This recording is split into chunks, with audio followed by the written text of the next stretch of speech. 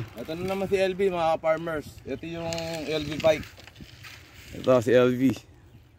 Saka yung yung panghalo namin makabago na ngayon. Ayan ang ang hatake namin. Pamamagitan ng pag-ano namin, farmer. Hanggang doon sa may mga palay na yun.